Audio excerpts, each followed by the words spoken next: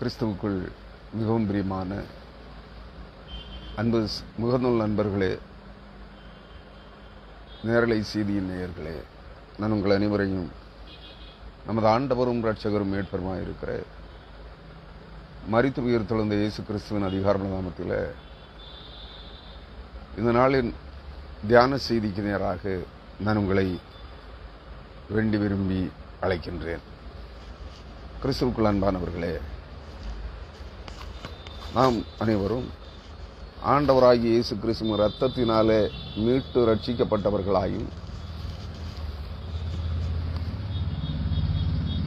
அதற்கென்று தெரிந்து கொள்ளப்பட்டவர்களாயும் அழைக்கப்பட்டவர்களாயும் இருக்கிறபடியினால் கர்த்தருடைய வார்த்தைகளை தியானிக்கின்ற இந்த பெரிய பாக்கியத்தை நாம் சொந்தமாக்கி கொண்டிருக்கிறோம்.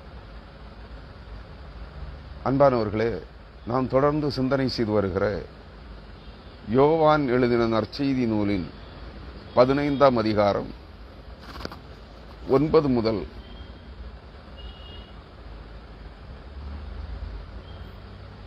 13 வரையான வாக்கியங்களை நான் உங்களோடு இந்த நாளின் நேரலை தியானத்திற்காக தியானிக்க விரும்புகிறேன். அன்புக்குரியவர்களே, உங்கள் வேதாகமங்களை எடுத்துக் கொள்ளுங்கள்.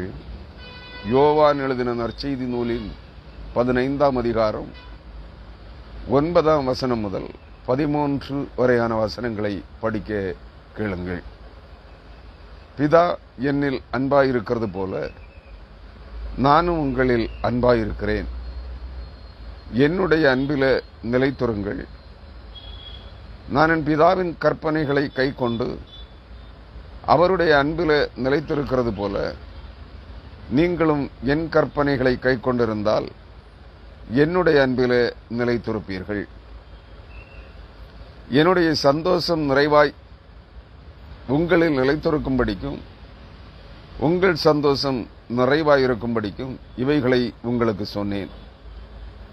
நான் உங்களில் அன்பாயிருக்கிறது போல நீங்களும் ஒருவரில் ஒருவர் அன்பாய் இருக்க வேண்டும் என்பதே என்னுடைய கற்பனையாயிருக்கிறது. ஒருவன் தன் சிநேகிதருக்காக தன் ஜீவனை கொடுக்கிற அன்பிலும் அதிகமான அன்பு ஒருவரிடத்திலும் இல்லை. நான் உங்களில் அன்பாயிருக்கிறது போல நீங்களும் ஒருவரில் ஒருவர் அன்பாயிருக்க வேண்டும் என்பதே என்னுடைய கற்பனையாயிருக்கிறது. ஒருவன் தன் சிநேகிதருக்காக தன் ஜீவனை கொடுக்கிற அன்பிலும் அதிகமான அன்பு ஒருவரிடத்திலும் இல்லை என்கிறார் என்பவைகளே.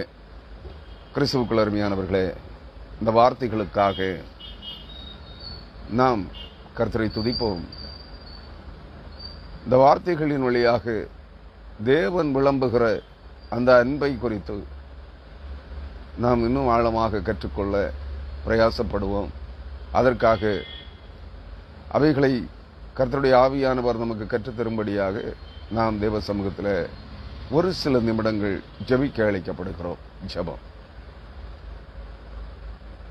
சர்வ வல்லமையும் மிகுந்த இரக்கமும் கிருபையும் நிறைந்த எங்கும் நிறைந்திருக்கிற எல்லாம் அறிந்தவருமாயிருக்கிற சர்வஞானியாகிய எங்கள் அன்பின் பரலோக தகப்பனே, இந்த பரிசுத்த நாளிலும் நீர் கூறி அறிவித்திருக்கிற சத்திய வசனங்களை நாங்கள் கற்றுக்கொள்ளும்படியாக நீர் எங்களுக்கு பாராட்டின இந்த மேலான தயவிற்காக அன்பிற்காக உமக்கு நன்றி செலுத்துகிறோம். அன்புள்ள ஆண்டவரே, உம்மை துதிக்க பாத்திரர்களாயிருந்தும் உம்மை துதிக்க உம்மை மகிமைப்படுத்த தகுதியற்றவர்களாய் காணப்படுகிற எங்களை நீர் தகுதிப்படுத்துவதற்காக தெரிந்து கொண்டிருக்கிறதற்காய், வேறு விரித்திருக்கிறதற்காய், பெயர் சொல்லி அழைத்து அறிந்திருக்கிறதற்காய் உம்மை ஸ்தோத்தரிக்கிறோம், உம்மை துதிக்கிறோம், உம்மை மகிமைப்படுத்துகிறோம். உம்முடைய பரிசுத்த நாமத்திற்கு புகழ்ச்சி உண்டாக உம்முடைய வார்த்தைகளை நாங்கள் தியானிக்கிற போது இந்த வேத வசனங்களின் வாயிலாக நீர் எங்களிடத்திலே கொண்டிருக்கிற அன்பின் மிகுதியை நாங்கள் கண்டுகொள்ளவும், அதுபோல நீர் எங்களுக்காக காட்டின அந்த அன்பை நாங்கள் உம்மிலே நிலைத்திருக்கிறோம் என்பதற்கு அடையாளமாய் எங்களை நேசிக்கிறவர்களிடத்திலும் எங்களை பகைக்கிறவர்களிடத்திலும் நாங்கள் இந்த அன்பை வெளிப்படுத்த, அதனாலே நாங்கள் உம்முடைய கட்டளைகளிலும் கற்பனைகளிலும் உம்முடைய போதனைகளிலும் உம்முடைய ஜீவ வார்த்தைகளிலும் நிலைத்திருக்கிறோம் என்பதை வெளிப்படுத்த தேவரீர் எங்கள் ஒவ்வொருவருக்கும் இரக்கம் பாராட்டும்படியாக உமது சமூகத்தில் மன்றாடுகிறோம். அதற்கேற்ற வண்ணமாக இந்த நாளுக்குரிய சிந்தனையை தேவரீர் ஆசீர்வதித்து தரும்படியாய் இந்த வேத வசனங்களில் இருக்கிற ஆழமான பேருண்மைகளை நாங்கள் கற்றுக்கொள்ள எங்களுக்கு உதவி செய்யும்படியாய் எங்கள் ஆண்டவரும் இரட்சகரும் மீட்பருமாயிருக்கிற மாபெரும் போதகராகிய சத்திய ஆவியானவர் மூலமாய் உமது சமூகத்தில் மன்றாடுகிறோம். ஆமேன், ஆமேன். கிறிஸ்துவுக்குள் மிகவும் பிரியமான அன்பு சகோதர சகோதரிகளே, இந்த நாளில் நாம் யோவான் நற்செய்தி நூலின் 15ஆம் அதிகாரம் 9ஆம் வசனத்திலிருந்து 13ஆம் வசனம் வரையிலும் நாம் தியானிக்க இருக்கிறோம். நேற்றைய தினத்தில் 8ஆம் வசனத்தில் நம்முடைய தியான செய்தியை நிறைவு செய்திருந்தோம். நீங்கள் மிகுந்த கனிகளை கொடுப்பதினால் என் பிதா மகிமைப்படுவார், எனக்கும் சீசராயிருப்பீர்கள் என்று சொன்னார். நாம் கிறிஸ்துவில நிலைத்திருந்து கனி கொடுக்கிறவர்களாக இருக்க வேண்டும் என்றால் கிறிஸ்துவின் சிலுவைக்கு பங்காளிகளாக நாம் மாறியிருக்க வேண்டும். இந்த சிலுவைக்கு பங்காளிகளாக நாம் மாறியிருக்க வேண்டும் என்றால் கிறிஸ்துவுக்காக நாம் சிலுவை சுமக்க வேண்டியதில்லை. அவர் மனித குலத்திற்காக நம் அனைவருக்காக சிலுவை சுமந்து விட்டார் என்பதை நாம் உறுதி செய்து உறுதியாக ஏற்றுக்கொள்ள வேண்டும். அவரை பின்பற்றி வர விரும்புகிறவர்கள் அனைவரும் அவருக்கு சீடர்களாக மாற விரும்புகிறவர்கள், அவருடைய சிநேகிதர்களாக, நண்பர்களாக, சகோதரர்களாக, சகோதரிகளாக மாற விரும்புகிற யாராக இருந்தாலும், தேவனுடைய பிள்ளை நான் என்று எண்ணுகின்ற யாராக இருந்தாலும் கிறிஸ்துவின் சிலுவை பாடுகளுக்கு உடன் பங்காளிகளாக நம்மை ஒப்புக் கொடுக்க வேண்டும். அப்படியானால் மட்டும்தான் நான் அவரை பின்பற்றுகிற சீடனாக இருக்க முடியும். அதுதான் ஆண்டவராகிய இயேசு கிறிஸ்து முன்னுரை வசனங்களிலும் ஏனைய நற்செய்தி நூல்களிலும் கூறியிருப்பார். ஒருவன் என்னை பின்பற்றி வர விரும்பினால், எனக்கு சீசனாய் இருக்க விரும்பினால், தன்னைத்தான் வெறுத்து தன் சிலுவையை சுமந்து கொண்டு என்னை பின்பற்றி வர கடவன் என்று சொல்லுவார். தன் சிலுவையை, கிறிஸ்துவின் சிலுவையை நாம் சுமக்க வேண்டாம். நாம் உலகத்திலிருந்து வேறு பிரிக்கப்பட்டு கிறிஸ்துவுக்குரியவர்களாய், உன்னதத்திற்குரியவர்களாய் மாற்றப்படுகின்ற போதே இந்த உலகம் நமக்கு எதிர்த்து நிற்கும். இந்த உலகத்தை ஆதாயப்படுத்த விரும்புகிறவர்களும், உலகத்தோடு இணைந்து வாழ விரும்புகிறவர்களும், உலகத்தை அனுபவிக்க விரும்புகிறவர்களும், அதாவது உலக இன்பங்களை, மாமிச இன்பங்களை அனுபவிக்க விரும்புகிறவர்களும் என்ன செய்வார்கள்?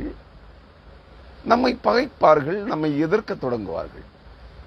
ஒரு எளிதாக புரியக்கூடிய ஒரு காரியத்தை, சற்று கடினமான காரியம் ஆனால் எளிதாக புரியக்கூடிய ஒரு காரியத்தை உங்களுக்கு சொல்லுகிறேன். ஒரு மனைவி ஒரு கணவனிடத்தில், ஒரு கணவன் ஒரு மனைவியினிடத்தில் அன்பாக இருக்கிறான், நெருக்கமாக இருக்கிறான், அவளை தன்னை போல தன் மனைவியை நேசிக்கிறான், தன்னை போல தன் கணவனை மனைவி நேசிக்கிறாள் என்றால், கணவனிடத்திலோ அல்லது மனைவியினிடத்திலோ ஒருவருக்கொருவர் இணக்கமாக, சிநேகமாக, அன்பாக, தன்னை போல தன் மனைவியை, தன்னை போல தன் கணவனை நேசிக்கிற ஒரு கணவனுக்கும் மனைவிக்கும் இடையில அந்த யதார்த்தமான, அந்த பொருத்தமான அன்பு இருக்குமானால், கணவனுடைய குறைகள் மனைவிக்கு உடல் ரீதியான அவள் எதிர்பார்க்கிற காரியங்களில், அதை சொன்னால் அந்த கான்ஜுகல் ரைட்ஸ், ஒரு திருமணமான பொண்ணுக்கும் திருமணமான கணவனுக்கும் இருக்கிற அந்த கான்ஜுகல் ரைட்ஸ், திருமணத்தின் மூலமாய் அந்த பந்தம் உறுதிப்படுத்தப்படுவதற்காக அவர்களுக்குள் இருக்கிற அந்த இணக்கமான உறவில குறைபாடுகள் இருக்குமானால், அதை ஒருவருக்கொருவர் சகித்துக் கொள்ளுவார்கள், தாங்கிக் கொள்ளுவார்கள்.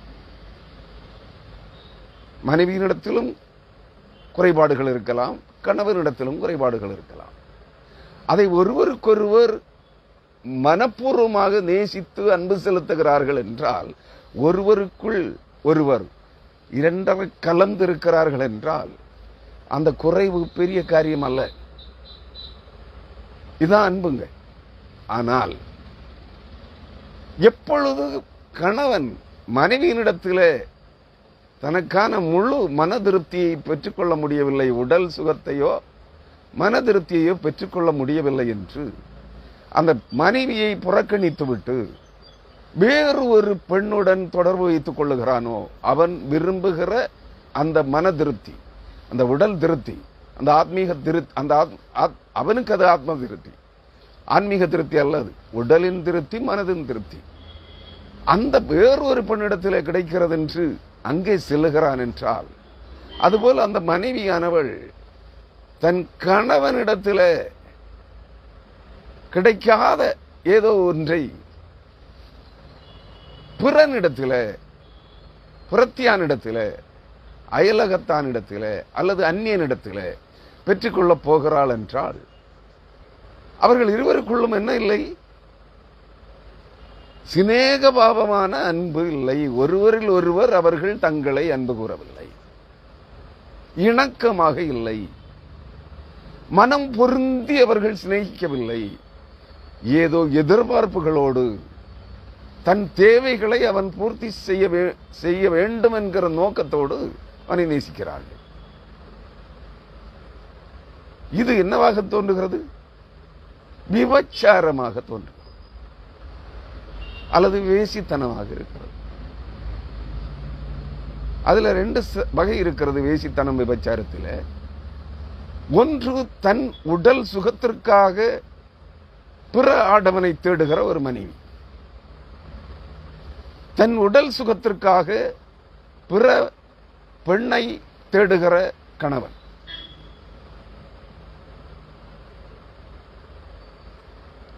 இது வேசித்தனம். ஆங்கிலத்தில் சொன்னால் அடல்ட்ரி. இன்னொன்று இருக்கிறது, பணத்திற்காக சரீரத்தை விற்கிற ஒரு பெண், அது ஹர்லாட் அல்லது பிராஸ்டிடியூட், அது விபச்சாரம். இன்றைக்கு ஆடவர்கள், ஆண்கள் ஒரு மணி நேரத்திற்கு, அரை மணி நேரத்திற்கு, ஒரு நாளுக்கு ஆயிரக்கணக்கில் லட்சக்கணக்கில் பணம் பேசி விபச்சாரம் செய்கிற ஆண்கள், தங்கள் உடலை விற்கிற ஆண்கள் இருக்கிறார்கள். உலகமெங்கும், தமிழகத்திலும் இருக்கிறார்கள். மனம் பொருந்தி தன் மனைவியை அடுத்தவனுக்கும், அடுத்தவன் மனைவியை தனக்கும் எடுத்துக் கொள்ளுகிற ஆண்களும் குடும்ப கணவன் மனைவிகள் இருக்கிறார்கள். அதான் சில மாதங்களுக்கு முன்பு கேரள மாநிலத்தில் பிடிக்கப்பட்ட, அதுக்கு ஒரு பெரிய நெட்வொர்க்கே வச்சிருக்காங்க. பிடிக்கப்பட்டார்கள், நெட்வொர்க்கை எல்லாம் கலைச்சிட்டு அநேகர் தமிழகத்தை சேர்ந்தவர்கள் ஓடிவிட்டார்கள். அருமையானவர்களை, இது உலகெங்கும் தலைவிரித்தாடுகிறது. உடலை விற்று விபச்சாரத்திற்கு, உடலை விற்று பணம் சம்பாதிக்கிற பெண்களை தெரியும், விபச்சார தொழிலாளிகள். அதுபோல ஆண்களும் பெருகி இருக்கிறார்கள், உலகமெங்கும், தமிழகத்திலும் இருக்கிறார்கள். கிறிஸ்துவுக்குள் அருமையானவர்களே, இது ஒரு வகையான விபச்சாரம். இவர்கள் எல்லாம், நான் சொல்ல வந்தது என்னன்னா, ஒரு கணவன் தன் மனைவியை விட்டுவிட்டு அவளிடத்தில் பெற்றுக்கொள்ள முடியாத, அவளிடத்தில் ஏதோ குறை இருக்கிறது என்று சொல்லி எண்ணிக்கொண்டு பிறன் மனைவியை தேடுகிறான் அல்லது புறத்தியாளிடத்திலே பிரவேசிக்கிறான் என்றால், அவனுக்கு தன் மனைவியினிடத்திலே அன்பு இல்லை என்பது வெட்ட வெளிச்சமாகிறது. இரண்டாவது, அதே கணவன், அதே மனைவி, இன்னொரு மனைவி தன் கணவனை விட்டுவிட்டு உடல் சுகத்திற்காக தன் கணவனிடத்தில் பெற்றுக்கொள்ள முடியாத ஏதோ உடல் இன்பத்தை புறத்தியானிடத்தில், அந்நியனிடத்தில் பெற்றுக்கொள்ள முயன்று வேசித்தனம் செய்கிறாள் என்றால், அவளும் தன் கணவனை நேசிக்கவில்லை என்பதை புரிந்து கொள்ளுங்கள். இது போன்றதுதான் இங்கே சுட்டி காட்டப்படுகிற அன்பு. நீங்கள் ஒருவரில் ஒருவர், அதாவது கிறிஸ்துவில் அன்பாய் இருக்கிறீர்கள் என்றால், உன்னை போல புறனை நேசி, உன்னை போல் உன் மனைவியை நேசி, உன்னை போல் உன் சகோதரனை நேசி, உன்னை போல் உன் அயலகத்தானை நேசி, உன் சத்துருவை நேசிக்க கடவீர்கள். இயேசு கிறிஸ்து ஒருபடி மேலே போய் சொல்லுவார், ஒருவன் உன்னை ஒரு கன்னத்தில் அடைந்தால் உன் மறு கன்னத்தையும் காட்டு என்று சொல்லுவார். அது அன்பு. திருப்பி அடிக்க சொல்லல. ஆனால் அங்கே ஒரு வரையறை வைத்திருக்கிறார். ஒருவனை ஒரு கன்னத்தில் அடைந்தான், நீ மறு கன்னத்தையும் காட்டு. மூன்றாவது அடிக்கு நீ உன் தலையை கொடுக்கணும்னு அவர் சொல்லல. ஒரு முறை தெரியாதனமாக அல்லது கோபத்தில் அறைந்து விட்டான், ஒரு அடி கூட அடிக்கட்டும். மூன்றாவது அடி அடித்தால் நீ திருப்பி கொடுக்கலாம்.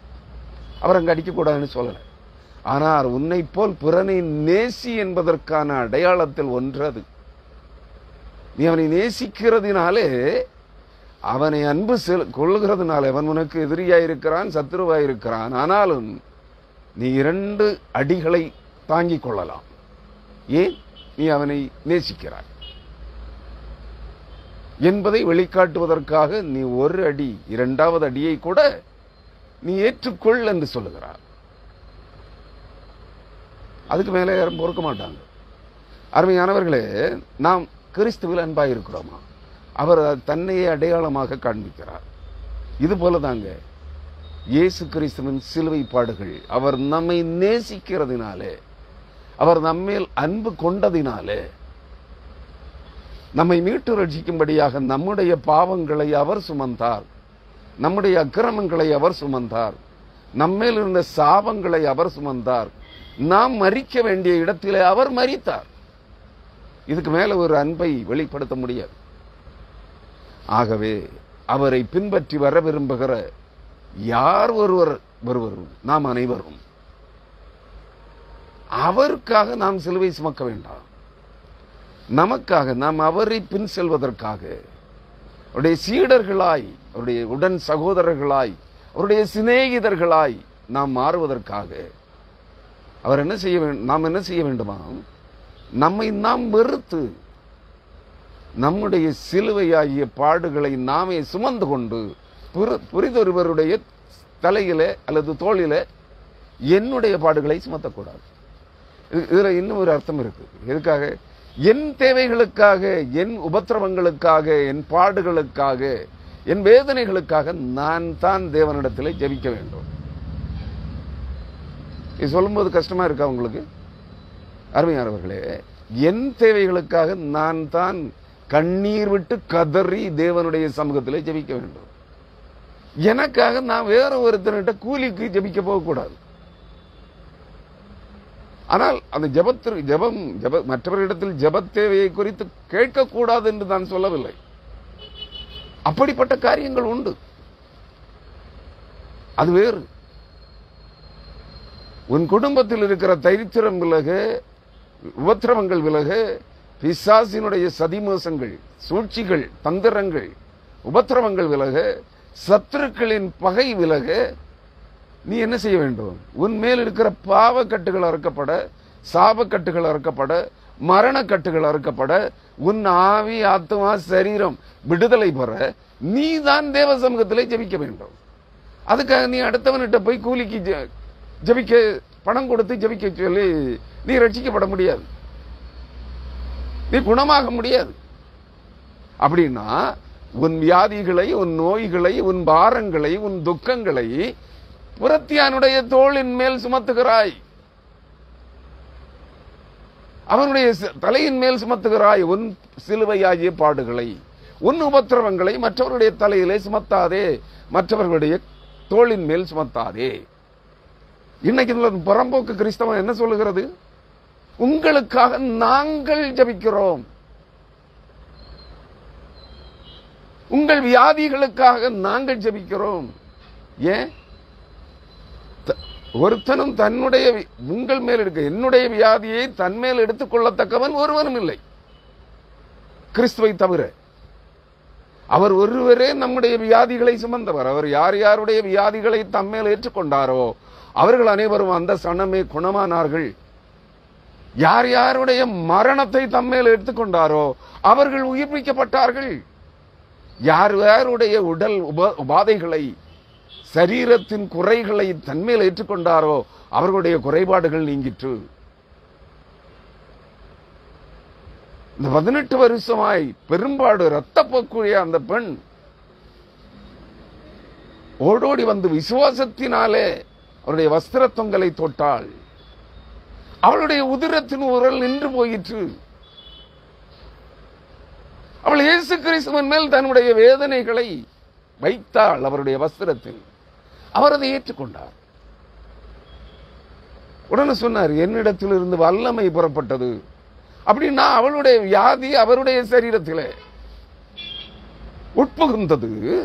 அதை அவர் ஏற்றுக்கொண்டார். அவருடைய பாடுகளை அவர் ஏற்றுக்கொண்டார். அவரிடத்திலிருந்து வல்லமை புறப்பட்டது. அவளுடைய பெரும்பாடு என்கிற இரத்தப்போக்கு, உதிரப்போக்கு நின்று போனது. இங்க எந்த பயலட்டையாவது உங்களுக்காக ஜெபிக்கிற எவனாகிலும் உங்களுடைய உடல் வேதனைகளை, வியாதிகளை அவன் சுமக்கிறானா? உங்கள் தரித்திரத்தை அவன் சுமக்கிறானா? இல்லையே. நீ தரித்திரவாசி, ஒருவேளை சாப்பாட்டுக்கு வழி இல்லாம இருக்கிற, நீ அவன்கிட்ட போய் ஜெபிக்கிற, அவன் உனக்கு எதுக்காக? நீ தரித்திரவாசியா இருந்தாலும் அவன் உங்ககிட்ட என்ன கேட்கிறான்? காணிக்க கேட்கிறான். நீ காணிக்க கொடுக்கலன்னா அவன் போக மாட்டான். நான் போட்டுமா? அவன் உனக்காக ஜெபிக்கான். ஜெபிச்சுட்டு பைபிளை திறந்து வச்சுட்டு நிற்கிறான். ஐயா நான் போகட்டுமா? ஐயா எனக்கு டைம் ஆயிடுச்சு, நான் போகட்டுமா? எதுக்கு பைபிளை திறந்துச்சு? அவன் ஜெபிச்சதுக்கு கூலி கேட்கிறான். அவன் கூலிக்காகத்தான் உனக்கு ஜெபிச்சான். நீ அவன் தோளின் மேல் உன் வியாதியை சுமத்த பார்க்கிறாய். அவன் ஏற்றுக்கொள்ள மாட்டான். அவன் உனக்காக ஜெபிச்சான்னா கூலிக்கு ஜெபிக்கிறார்கள். வேதவசனம் சொல்லுகிறது, அவர்கள் கூலிக்கு ஜெபிக்கிறார்கள். அவர்கள் கூலிக்கு பிரசங்கிக்கிறார்கள். கூலி இல்லாமல் பலிபீடத்தின் மேல் அக்னியை கொளுத்த மாட்டான், ஜெபிக்க மாட்டான். கை கூலிக்கு உனக்கு குறி சொல்லுகிறார்கள். நீ அவர்களின் மேல் உன் பாரத்தை சுமத்த போகிறாய் சொல்லிக் கொள்ளுகிறார்கள் வாய்களியே. உங்களுக்காக உங்கள் வியாதிகளை, உங்கள் துக்கங்களை நாங்கள் சுமக்கிறோம், எங்களிடத்தில் வாருங்கள், உங்களுக்கு நாங்கள் ஜெபிக்கிறோம். நீ காணிக்க குடிக்காம ஒரு பைலட்டை ஜெபிக்க சொல்லு பார்ப்போம். பண்ண மாட்டான். ஆனால் தேவன் அப்படி அல்ல. நீ அவரிடத்தில் மண்டியிட்டு ஜெபிக்க வேண்டும். சில வேளைகளிலே தேவன் ஒரு அநீதி உள்ள நியாயாதிபதியினுடைய ஓமையை உங்களுக்கு சொல்லி இருப்பார். மத்தேயு அல்லது லூக்கா நற்செய்தியில் ஒரு ஏழை விதவை தன்னுடைய வழக்கை தீர்ப்பதற்கு ஒரு நியாயாதிபதியினிடத்தில் பல மாதங்களாக நடந்து கொண்டிருக்கிறாள். அவன் கைக்கூலி எதிர்பார்க்கிறான் நியாயாதிபதி. இவளுக்கு அதை கொடுப்பதற்குரிய திராணி இல்லை, வசதியும் இல்லை. ஆனால் அவர் என்ன சொல்லுகிறார் தெரியுமா? சில இடங்களிலே ஆண்டவராகிய இயேசு கிறிஸ்து பிதாவாகிய தேவன் தன்னை அந்த அநீதி உள்ள நியாயாதிபதிக்கு ஒப்பிட்டு காண்பிக்கிறார். நீ ஒரு நாள் அல்ல, பல மாதங்கள், பல ஆண்டுகள் தொடர்ந்து உன்னுடைய பாவ மன்னிப்புக்காக, உன் வியாதி குணப்படுவதற்காக, உன் தலைமுறை சாபங்கள் என்று சொல்லி உங்களை ஏமாற்றுகிறார்களே, எந்த சாபமாகவும் இருந்து விட்டு போகட்டும். தலைமுறை சாபமோ உன் செய்வினைகளின் பாவமோ, அதான் சாபம். நீ செய்தவைகளின் பிரதிபலன் உன்னை தொடர்ந்து வந்து கொண்டிருக்கிறது. இவைகளாக இருக்கலாம். உடனடியாக அவர் பதில் தரணும்னு கட்டாயம் இல்லை. இந்த இடத்துல நம் தேவனாகிய கர்த்தர் கிருபை உள்ளவர், அன்புள்ளவர். சில நேரங்களில் என்ன செய்வார்? நம்மை சோதிப்பார். நாம் அவர் பேரிலே கொண்டிருக்கிற விசுவாசத்தின் உறுதிப்பாடு என்ன என்பதை சோதிப்பதற்காக விட்டுப்பிடிப்பார். அந்த இடத்திலே அநீதி உள்ள நியாயாதிபதியை போல் இருப்பார். கேட்டும் கேளாதவர் போல் இருப்பார், கண்டும் காணாதவர் போல் இருப்பார். ஏன்? நம்மிடத்தில் குறைபாடு இருக்கிறது. நாம் அவரிடத்தில் அன்பு கொள்ளவில்லை. ஏதோ எதிர்பார்ப்புகளோடு அவரிடத்தில் ஜெபிக்கிறோம். எதிர்பார்ப்புகள் அற்ற ஒப்படைப்பும் ஜெபமுமே அவர் விரும்புகிறது. எப்பொழுது எதிர்பார்ப்பில்லாத ஒரு ஒப்படைப்போடு எதையும் எதிர்பாராமல் ஆத்துமாவின் நித்திய ஜீவனுக்காக மட்டும் நீ கிறிஸ்துவில் அன்பு கூறுவாயானால் அவர் உன் விண்ணப்பத்தின் சத்தத்தை கேட்பார், உனக்கு இறங்கி பதில் கொடுப்பார், உன் சத்துருக்களை உன்னை விட்டு விலக்குவார், உன் வியாதியை குணமாக்குவார், உன் தரித்திரத்தை அகற்றுவார். ஏன்? அவர் நம்மை போல் பாடுள்ள மனுஷனாக இருந்தார், நமக்காக நம்மை போல் பாடு அனுபவித்தார். இந்த உலகத்தில் இருக்கிற எந்த ஊழியக்காரன் உங்களுக்காக உங்கள் துக்கங்களை சுமக்க மாட்டான். நீலி கண்ணீர் அடிப்பான், அழுவது போல ஒப்பாரி வச்சு அழுவான், ஆனா ஒரு சொட்டு கண்ணீர் வராது. அப்படின்னா அதுக்கு அர்த்தம் என்ன? அவன் மனப்பூர்வமாக உங்களுடைய துக்கத்தை தன்மேல் சுமக்கவில்லை. இந்த கள்ள பயல்களை, கள்ள பொண்ணுகளை பரிசுத்த வாட்டிகள், தேவனுடைய ஊழியக்காரர்கள் என்று நம்பி உங்கள் உழைப்பின் பலனை கொட்டிக் கொண்டிருக்கிறீர்களே, அவர்கள் உங்களுக்காக பாரம் சுமக்கிறவர்கள் அல்ல. அவர் உங்களுக்காக, எனக்காக சர்வலோகத்தின் பாவங்களை, துக்கங்களை, துயரங்களை சுமந்தவர், பாரங்களை சுமந்தவர் தேவன், ஆண்டவராகிய இயேசு கிறிஸ்து. அவர் சொல்லுகிறார், உன்னை நீ வெறுத்து உன் சிலுவையை எடுத்துக்கொண்டு, உன் துக்கங்களை நீயே சுமந்து கொண்டு, உன் பாரங்களை நீயே சுமந்து கொண்டு என் அடிச்சுவடுகளை பின்பற்றி வா என்று சொல்லுகிறார். தயாராக இருக்கிறோமா? நாம் அவரை நேசிக்கிறோமா? அவர்களை அன்பு கூறுகிறோமா? அவருடைய கட்டளைகள், அவருடைய வார்த்தைகளிலே நிலைத்து நிற்கிறோமா? கை கொள்ளுகிறோமா? அதற்கு கீழ்ப்படுகிறோமா? இல்லையே. பின் எப்படி ஐயா நான் கிறிஸ்துவை பின்பற்றுகிறேன் என்று இவர்கள் எல்லாம் சொல்லிக் கொள்ளுகிறார்கள்? அருமையானவர்களே, இங்கே சொல்லுகிறார், நாம் அவரை பின்பற்றுகிற அவருடைய சகோதரர்களாய், அவருடைய சிநேகிதர்களாய், அவருடைய சீடர்களாய், அவருடைய அப்போஸ்தலர்களாய், அவருடைய சகோதரர்களாய், தேவனுடைய பிள்ளைகளாய் இருக்க வேண்டும் என்றால் அவருடைய வார்த்தைகளுக்கு கீழ்ப்படிதல் வேண்டும். அந்த கீழ்ப்படிதல் இல்லை என்றால் நாம் அவரை அன்பு செலுத்தவில்லை, அவரிடத்தில் நமக்கு அன்பு இல்லை. பின் எப்படி அவரிடத்திலிருந்து நாம் அன்பை எதிர்பார்க்க முடியும்? கிருபையை எதிர்பார்க்க முடியும்? விசுவாசத்தின் அடிச்சுவடே நம்மிடத்தில் இல்லை, ஆனால் விசுவாசிகளைப் போல வேடம் எடுக்கிறோம். தானே உண்மை?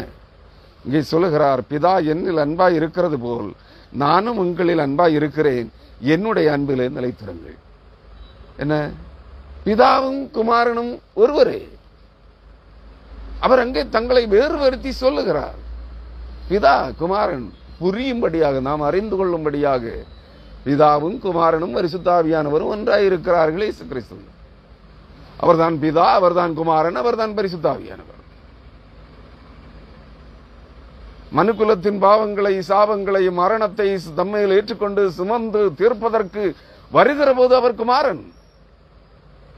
வருவதற்காக தீர்மானமிட்டு செயல் திட்டத்தை வகுத்துக் கொண்டிருந்த போது அவர் பிதா. செயல் திட்டத்தை வகுத்து முடித்து அதை செயல்படுத்த வந்தபோது அவர் குமாரன்.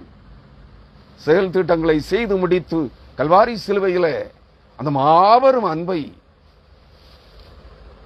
வெளிப்படுத்தி சகல பாவங்களையும், சகல கிரமங்களையும், சகல சாபங்களையும், சகல மரணத்தையும் தம்மேல் ஏற்றுக்கொண்டு கல்வாரி சிலுவையிலே ரத்தம் சிந்தின போது அவர் தம்முடைய பூரண அன்பை வெளிப்படுத்தினார்.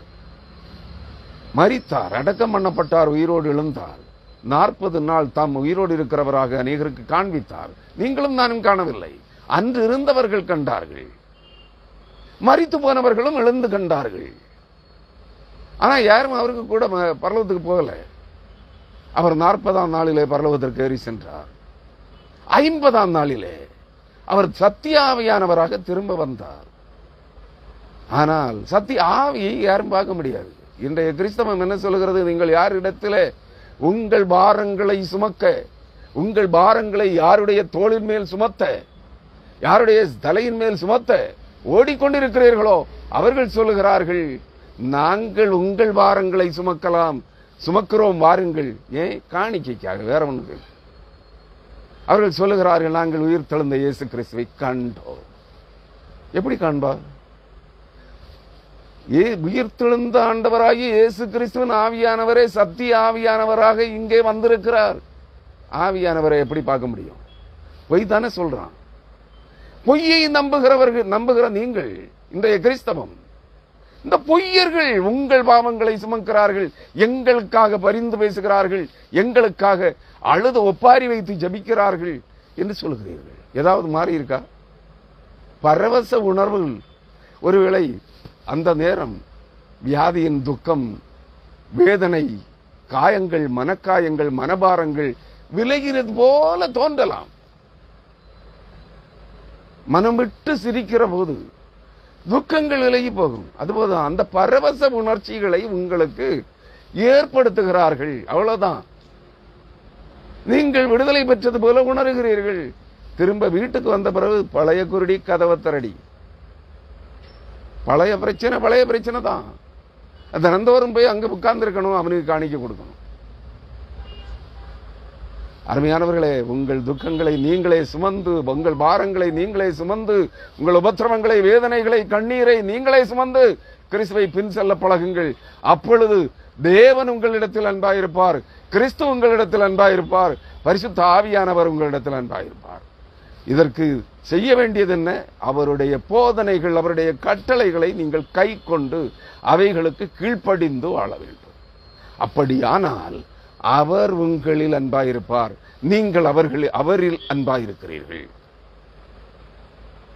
இல்லைன்னா அவர் அநீதி உள்ள நியாயாதிபதியாகத்தான் உனக்கு காணப்படுவார்.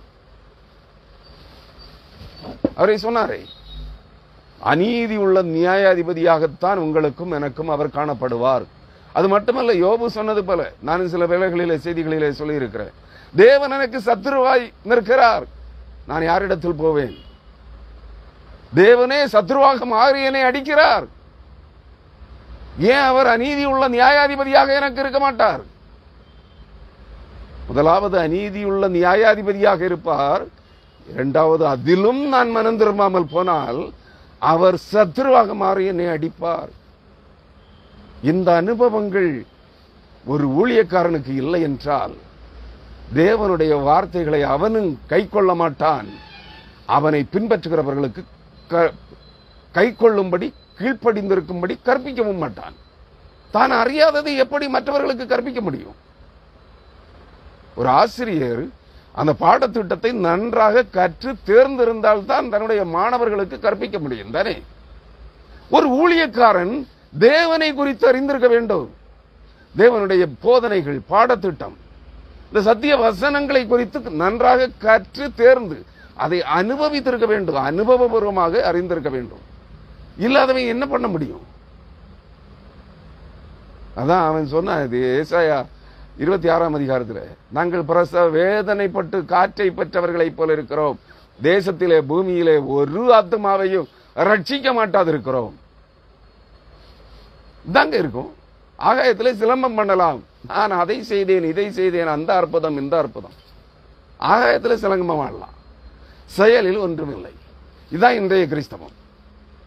கிறிஸ்துவுக்குள் அன்பானவர்களை அவர் சொல்லுகிறார், பிதா என்னில் அன்பாயிருக்கிறது போல நானும் உங்களில் அன்பாயிருக்கிறேன், என்னுடைய அன்பிலே நிலைத்திருங்கள். அவரும் நம்மிடத்திலே அன்பாயிருக்கிறார் என்றால், வேத வசனங்கள் ஒரு இடத்துல, அந்த வசனம் குறிப்பு ரெஃபரன்ஸ் ஞாபகத்தில் இல்லை, சொல்ற, நீங்க படிச்சிருப்பீங்க நிருபப்படுதியிலே, அவர் கல்வாரி சிலுவையிலே தன்னை முழுவதுமாக கையளித்து அந்த மாபெரும் கொடூர வேதனைகளை சகித்ததினாலே அவர் கடைசி மட்டும் தம்மை தாழ்த்தி தேவன் கொடுத்த தம்முடைய கட்டளைகளுக்கு அவர் அடிபணிந்து தம்மை தாழ்த்தி கீழ்ப்படிதலை கற்றுக்கொண்டார். தேவன் மனிதனாக வந்து தேவனாய் இருந்தபோது ஏற்படுத்தின அந்த கற்பனை, அந்த செயல் திட்டம், அந்த கட்டளை, இதைத்தான் செய்ய வேண்டும், இதை செய்தால், இதை செய்து நிறைவேற்றினால்தான் மனித குலமும் சிருஷ்டிகளுடைய ஆத்ம ரட்சிப்பு சாத்தியமாகும். திட்டமிட்டவர் அவர், செயல்படுத்துவதற்காக மனிதனாக வந்தார். இங்கே அவர் அப்போஸ்தலர்கள் சொல்லுகிறார்கள், பரிசுத்த ஆவியானவர் சொல்லுகிறார், தாம் திட்டமிடுதல் ஈஸி. திட்டமிடுதல், மற்றவர்களுக்கு ஆலோசனை சொல்லுவது ஈஸி. அந்த ஆலோசனையின்படி தான் நடப்பது கடினம். அதானே? இதானுங்களே கட்டளைகளை பிறப்பிப்பது, ஆர்டர் போடுவது ஈஸி. ஆட்சி கட்டிலில் அமர்ந்து விட்டு ஜனங்களின் பேரில் கட்டளைகளை, இந்த கட்டளைகளுக்கு நீங்கள் கை கொள்ளவில்லை என்றால், இந்த சட்டத்திற்கு நீங்கள் கீழ்ப்படியவில்லை என்றால் என தண்டனை. அதுக்கு இவ்வளவு இத்தனை லட்சம் ரூபாய், இத்தனை 1000 ரூபாய் அல்லது ஜெயில் தண்டனை.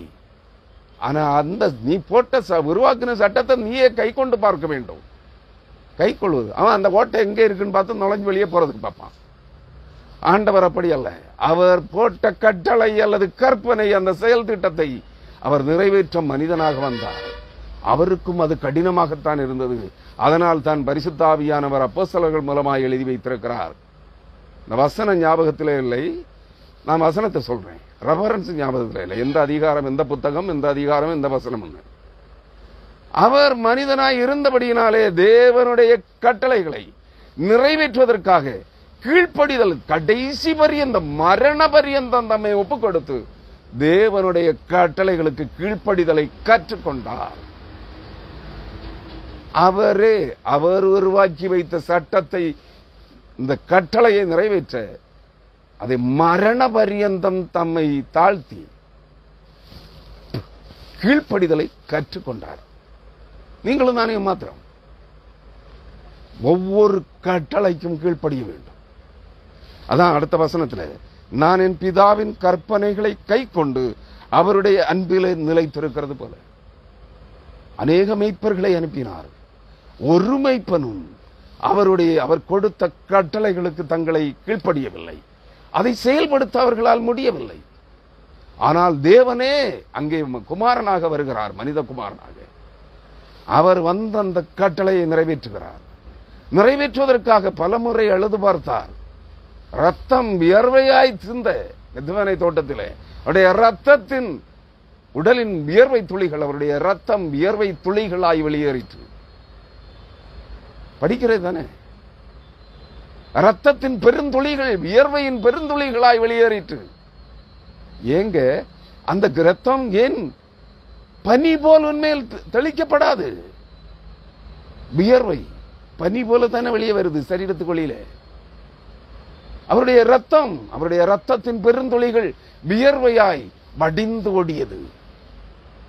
உன் பாவத்தையும் அழுக்கையும் கழுவ பனி போல், பனி பெய்வது போல், புல் பூண்டுகளின் மேல் பனி பெய்வது போல் அவருடைய ரத்தம் ஏன் மேல் தெளிக்கப்படாது என்று நினைக்கிறாய்? கிறிஸ்தவனை நம்புவதை, நம்பிக்கை, கீழ்ப்படிதல், சத்திய வசனத்திற்கு நீ கீழ்ப்படி. இல்லை என்றால் நீ தேவனிடத்தில் அன்பு செலுத்தவில்லை. நான் ஆரம்பத்தில் சொன்னேனே, ஒருவருக்கொருவர் பின்னி பிணைந்து வாழ்ந்து கொண்டிருக்கிற கணவனும் மனைவியும் உடல் சுகத்திற்காக தன் கணவனை விட்டு பிரிந்து மனைவி அந்நியனிடத்திலே போகிறாள். கணவன் மனைவியை விட்டு பிரிந்து அந்நிய பெண்ணிடத்திலே போகிறான். விபச்சாரம், வேசித்தனம். அவர்களிடத்தில் உறவு, அதாவது சிநேகபாவமான அன்பு இல்லை, மனப்பூர்வமான அன்பு இல்லை. அதுபோலதான் தேவனுடைய கட்டளைகளுக்கு நீ கீழ்ப்படிந்து வாழ முடியவில்லை என்றால் நீ தேவனிடத்தில் அன்பு செலுத்தவில்லை. கிறிஸ்துவின் வார்த்தைகளை கை கொள்ள முடியாதவன் கிறிஸ்துவனிடத்தில் அன்பு செலுத்த முடியாது. அதான் அவர் சொல்லுகிறார், நான் என் பிதாவின் கற்பனைகளை கை கொண்டு அவருடைய அன்பிலே நிலைத்திருக்கிறேன். ஏன் அவருடைய அன்பிலே நிலைத்திருக்கிறார்? மரண பரியந்தம் நம்மை தாழ்த்தினார், மரண பரியந்தம் கீழ்ப்படிந்தார். தம்முடைய சரீரத்தை சிலுவையிலே நொறுக்கப்படுவதற்கும், ரத்தம் சிந்தி மரிப்பதற்கும், சிலுவையில் அறையப்படுவதற்கும் ஒப்பு கொடுத்தார், கீழ்ப்படிந்தார். அவருக்கு கொடுத்த கட்டளை என்ன? சகல மனுக்குலத்தினுடைய பாவமும் சர்வ சிருஷ்டிகளுடைய பாவமும் ஒரே மனிதனுடைய ரத்தத்தினாலே, ரத்தம் சிந்துதலினாலே பாவம் மன்னிக்கப்பட வேண்டும். அந்த ரத்தத்தினாலே சகல பாவமும் கழுவப்பட வேண்டும். அவர் கொடுத்த கட்டளை என்ன? சகரியா 9ஆம் அதிகாரம் 11ஆம் வசனம். சகரியா தீர்க்கதரிசியின் புஸ்தகம் 9ஆம் அதிகாரம் 11ஆம் வசனம். அதான் கட்டளை, அதான் கற்பனை, அதான் கட்டளை.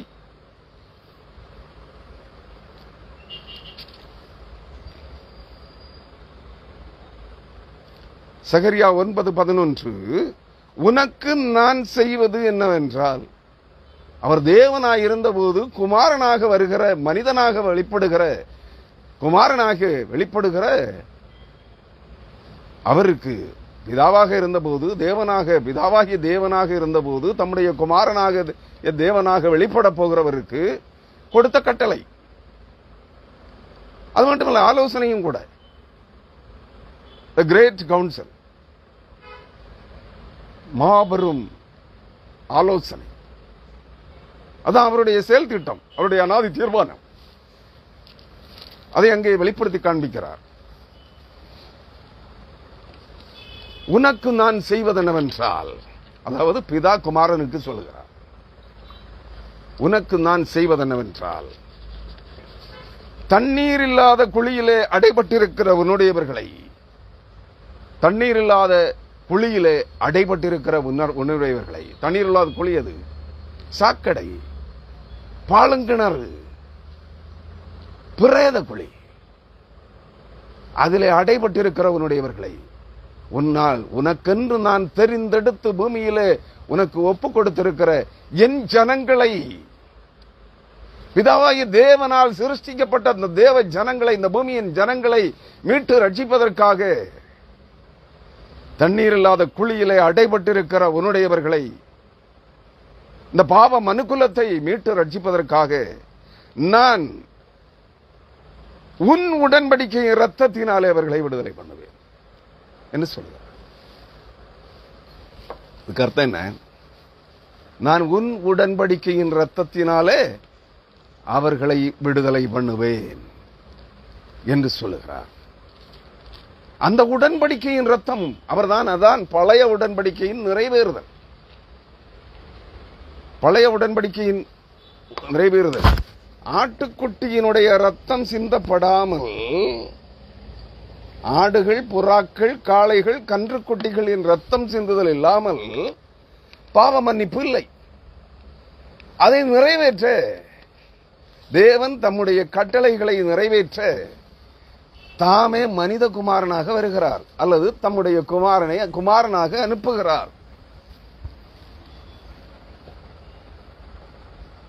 புதிய உடன்படிக்கை, சகல மனிதருடைய பாவங்களும் ஒரே மனிதனாலே, மனிதனுடைய ரத்தத்தினாலே கழுவப்பட வேண்டும். இரண்டு உடன்படிக்கைகளின் பிரமாணங்களும் ரத்தம் சிந்துதல். ஒன்று ஆடுகள், மாடுகள், காளைகள், கன்றுக்குட்டிகள், புறாக்கள், பறவைகள் மனித பாவத்திற்காக ரத்தம் சிந்துவதை தவிர்த்து நிறுத்துவதற்கு ஒரே மனிதன், பாவமில்லாத பரிசுத்தமாய் வாழுகிற ஒருவனுடைய ரத்தம் சகல மனிதர்களுக்காகவும் சிந்தப்படுவதற்காக, அது புது உடன்படிக்கை.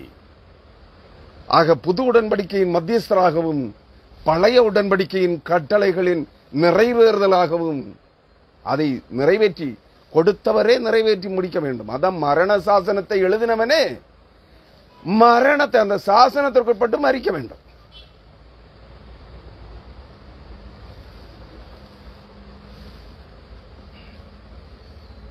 நீங்கள் வாழுகிற நாடுகளிலே இருக்கிற ஆட்சியாளர்கள், அதிபதிகள், அரசர்கள் போடுகிற சட்டத்துக்கு நீங்க கீழ்ப்படியணும். ஆனா சட்டத்திற்கு ஏற்றுகிறவர்கள் சட்டத்துக்கு வெளியே இருப்பாங்க. அதுபோல இல்ல, அவர்களை சட்டம் ஒன்றும் செய்ய முடியாது. ஏன்? சட்டத்தை இயற்றினவன், சட்டத்தை நடைமுறைப்படுத்துகிறவன் ஆண்டவர். அப்படி அல்ல, உலக மனிதர்களை போல அல்ல. இங்க ஓட்டையில, சட்டத்தில் ஓட்டையை வச்சு ஓட்டையில புகுந்து வெளியே போறவர் இல்லை. அவர் மரண சாசனத்தை உருவாக்கினவர். அந்த சாசனத்திற்கு உட்பட்டு மறிக்கிறார். உன்னால முடியுமா? அதான் கட்டளைங்க. அதான் சொல்லுகிறார் சகரியா 9:11, உனக்கு நான் செய்வதென்னவென்றால், தண்ணீர் இல்லாத குழியிலே அடைபட்டிருக்கிற உன்னுடையவர்களை, உன் பிள்ளைகளை, உன் மக்களை, உன் சகோதரர்களை, உன் சகோதரிகளை, உன்னை பின்பற்றுகிறவர்களை, உன்னுடையவர்கள், அவருடைய பிள்ளைகள், உன்னுடையவர்களை நான் உன் உடன்படிக்கையின் ரத்தத்தினாலே, அது புது உடன்படிக்கை. அதுதான் புது உடன்படிக்கை.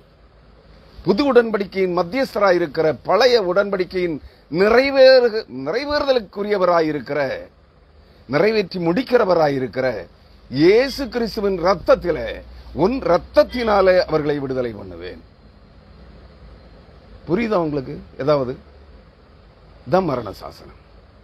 இந்த சாசனத்தை எழுதினவரே, உருவாக்கினவரே, இந்த ஆலோசனையை கொடுத்தவரே இங்கே மரணிக்கிறார். அந்த சாசனம் தான் எழுதின சட்டத்திற்கு, தான் கொடுத்த கட்டளைக்கு, தான் கொடுத்த கற்பனை என்னும் ஆலோசனைக்கு அவரே கீழ்ப்படுகிறார். மரண பரியந்தம் தன்னை தாழ்த்துகிறார். அப்ப நீங்களும் நானும் கீழ்ப்படிய வேண்டாமா? இது ஒண்ணும் வேண்டாம், நீர் சிந்தனை ரத்தம் அங்கே இருக்கட்டும், நான் தண்ணீர்ல மூழ்கி பரலோகத்துக்கு வந்துடுறேன். எப்படி போவ? இது துருபதேசம் இல்லையா?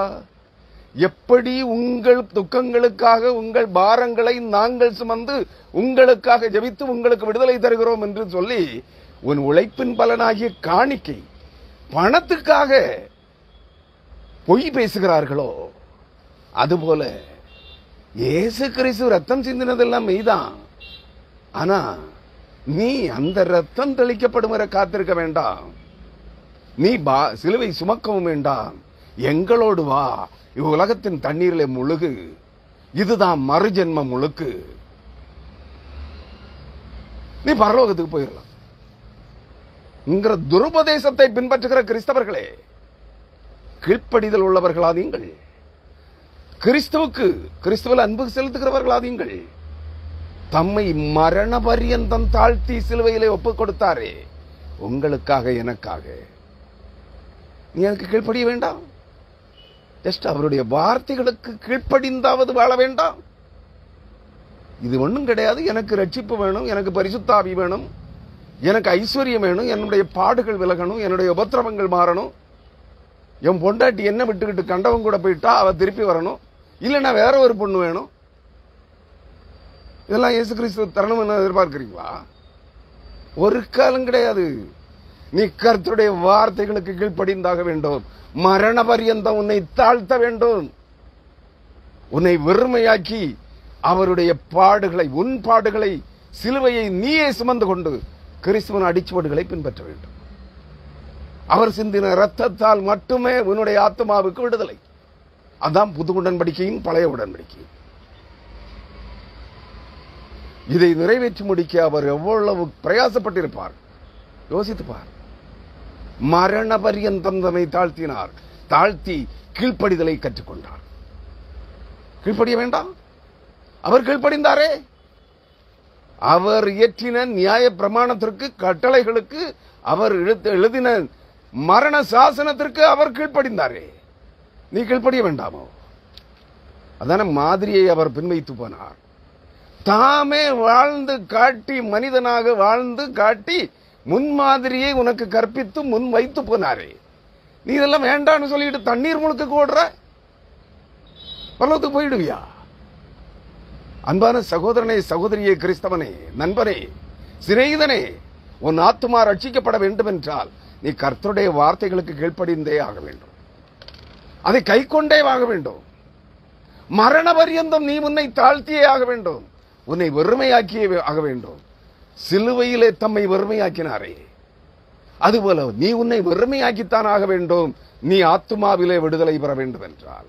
இல்லை என்றால் ஏசாயா தீர்க்கதரிசியின் புஸ்தகம் 26ஆம் புத்தகத்திலே அங்கே முன்னுரைக்கப்பட்டிருக்கிறதே, நாங்கள் பிரசவ வேதனைப்பட்டு காற்றை பெற்றவர்களை போல் இருக்கிறோம், ஒரு ரட்சிப்பையும் தேசத்திலே நடப்பிக்க மாட்டாதிருக்கிறோம் என்று. உன் ரட்சிப்பையும் நீ பெற்றுக்கொள்ள முடியாது. மற்றவர்களுக்கு ரட்சிப்பை வாக்கு பண்ணுகிற கிறிஸ்தவனே, ஊழியக்காரனே, விசுவாசியே, உயிர்த்தெழுந்த இயேசு கிறிஸ்துவை தினந்தோறும் முகமுகமாய் பார்த்து பேசிக்கொண்டிருக்கிறவனே, பேசிக்கொண்டிருக்கிறவளே, உன் ரட்சிப்பை நிரந்தரமானதில்லை. நீயே ரட்சிக்கப்படவில்லை. ஏன் கீழ்ப்படிதல் இல்லை? வசனத்திற்கு நீ கீழ்ப்படியவில்லை. உன்னை வெறுமையாக்கவில்லை. உன் பாரத்தை நீ சுமக்க தவறிவிட்டாய். பிறர் உழைப்பில் குளிர்காய்கிறாய், உல்லாசமாய் வாழுகிறாய். நீ எப்படி? நீ இயேசு கிறிஸ்துவில் அன்பு செலுத்தவில்லை. அவருடைய வார்த்தைகள், அவருடைய கட்டளைகளுக்கு கீழ்ப்படியவில்லை, கை கொள்ளவில்லை. பின்னப்படி நீ ரட்சிக்கப்பட்டு விடுவாய்? யோசிக்க வேண்டாமா? இன்றைய அரசியல்வாதிகளை போல இருக்கிறீர்கள். சட்டத்தை ஏற்றுகிறவர்கள் சட்டத்துக்கு வெளியே நிற்பாங்க. அதுபோல இருக்கிறீங்க. போதிக்கிற நாங்கள் சட்டத்திற்கு வெளியே நிற்போம். கட்டளைகளுக்கு வழியளிப்போம். ஏன்னா நாங்க பரிசுத்தவான்கள். எப்படி? எல்லாரும் தாயின் வயிற்றுல பிறந்து தானே வந்தீங்க. நீங்க ஒண்ணும் வேத வசனத்தை உருவாக்கலையே, எழுதலையே. எப்படி அரசியல்வாதிகளைப் போல, ஆளுகிறவர்களைப் போல, அதிகாரிகளைப் போல, சட்டங்களை நடைமுறைப்படுத்துகிற அதிகாரிகளைப் போல சட்டத்துக்கு வெளியே நிற்கிற? மரண சாசனத்தை எழுதினவர் மரண சாசனத்துக்கு உட்பட்டு மரித்தார். மரண பரியந்தம் தம்மை தாழ்த்தினார். மரண பரியந்தம் தம்மை கீழ்ப்படிந்தார். நீ கீழ்ப்படிய வேண்டாமோ? பாவத்துக்கு நீ சாக வேண்டாமோ? அவர் செத்தாரு, நான் தண்ணீர்ல மூழ்கி பரலோகத்துக்கு போயிருவேங்கிறியா? நீ மரணத்துக்கு சாக வேண்டும். உன் மாம்சத்தில் நீ உயிரோடு இருக்கிற போதே உன் மாம்சம் பாவத்துக்கு சாக வேண்டும். சகல உணர்ச்சிகளும் அற்று போகும் வரை சாவை நீ சந்திக்க வேண்டும்.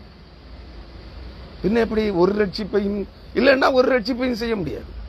நீயும் ரட்சிக்கப்பட முடியாது, மற்றவர்களையும் ரட்சிக்க முடியாது என்பதை புரிந்து கொள் சகோதரனே. புரட்டு உபதேசங்களையும் கள்ள தீர்க்கதரிசிகளையும் கள்ள அப்போஸ்தலர்களையும் கள்ள அப்போஸ்தலிக்க பெண்களையும் பின்பற்றுகிற புரட்டு கிறிஸ்தவர்களே, வேத வசனங்களுக்கு கீழ்ப்படியுங்கள்.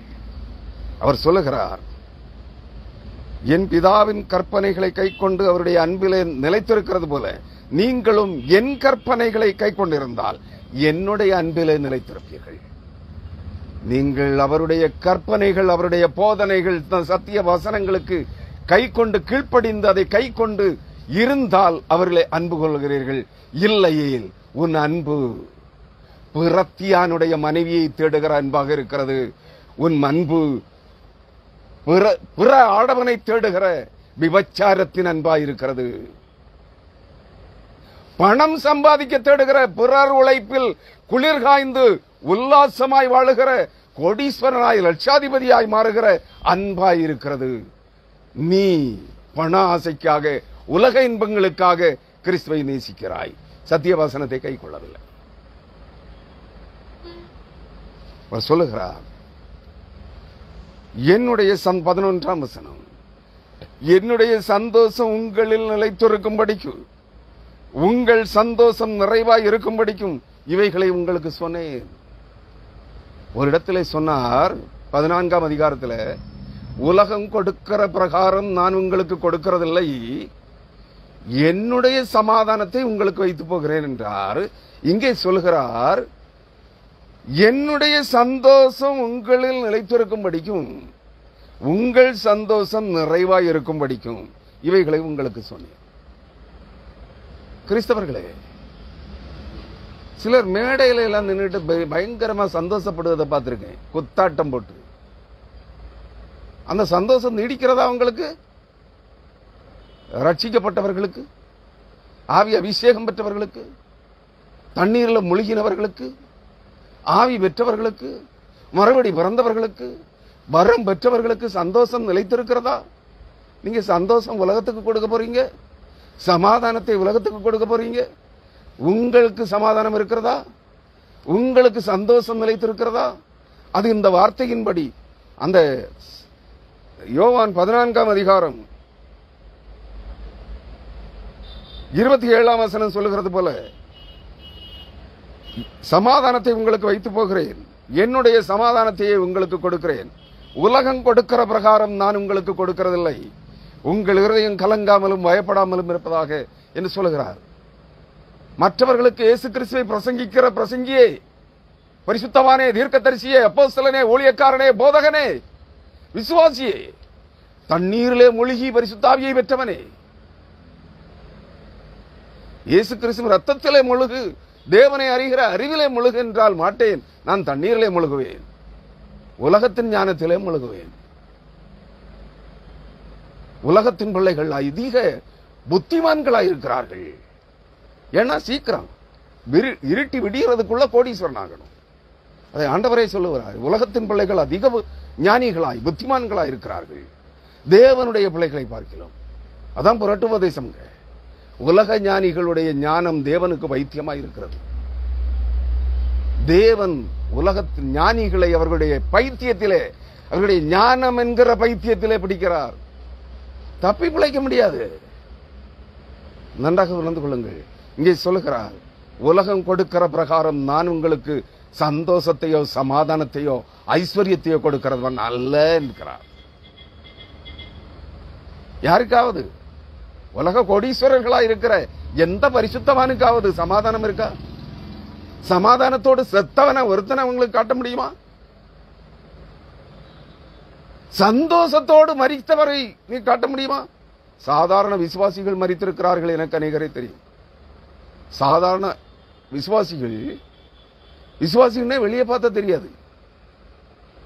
நான் எல்லாம் சிலரை விசுவாசி இவன் கிறிஸ்தவனே நம்பினதில்லை. ஏன்னா அவனுடைய நடத்தை அவனுடைய செயல்பாடு அப்படி இருக்கும். ஆனா அவன் உள்ளுக்குள்ளே வெளியரங்கமாயல்ல, உள்ளுக்குள்ளே கிறிஸ்துவை நேசித்திருக்கிறான், சத்திய வசனத்தை கை கொண்டு நடந்திருக்கிறான். மரிக்கிற போது இதோ என்னை அழைத்து செல்ல தேவ தூதர்கள் வந்திருக்கிறார்கள், யாரும் அழ வேண்டாம், நன்றாக ஜெபியுங்கள், நான் போகிறேன், நான் தேவனிடத்திற்கு இளைப்பாறுதலுக்குள்ளே பிரவேசிக்கிறேன் என்று சந்தோஷமாய் முகமலர்ச்சியோடு மரித்து போனவர்கள் அநேகர் இருக்கிறார்கள். நீங்களும் கேள்விப்பட்டிருப்பீர்கள். ஆனா நான் கேட்கிறேன், இந்த பரிசுத்தவான்கள், உலக பரிசுத்தவான்கள் வரிசையிலே இடம்பெற்றிருக்கிற இந்த கள்ள ஓநாய்களின் கூட்டம் யாராவது சந்தோஷத்தோடு மரித்தவன் உண்டா? சமாதானத்தோடு மரித்தவர்கள் உண்டா? முகமலர்ச்சியோடு சத்து போனவர்கள் உண்டா? இல்லை. ஏன்? ரட்சிக்கப்படல, மனம் திரும்பல, கிறிஸ்துவின் சமாதானத்தை சொந்தமாக்கல, உலகத்துக்கெல்லாம் சமாதானத்தை கொடுக்கிறேன்னு மேடை போட்டு முழங்கினான். ஆனா சமாதானம் இல்லை, அவனுக்குள்ள சமாதானம் இல்லை. இதுதாங்க இன்றைய உலக கிறிஸ்தவம். நீ கர்த்தருக்குள்ள திரையடைய விரும்பினால், கிறிஸ்துவுக்குள் நீ உயிரோடு இருக்கிற போதே நீ மறுபடி பிறக்க விரும்பினால், தேவனுடைய சத்தத்திற்கு செவி கொடு, தேவனுடைய வார்த்தைகளுக்கு கீழ்ப்படி, கிறிஸ்துவில் அன்பு செலுத்து. அப்போது கிறிஸ்து மட்டுமல்ல, பிதாவும் குமாரனும் பரிசுத்த ஆவியானவரும் உன்னில் அன்பு செலுத்துவார்கள், உன்னை நேசிப்பார்கள். அவர் சொல்லுகிறார்,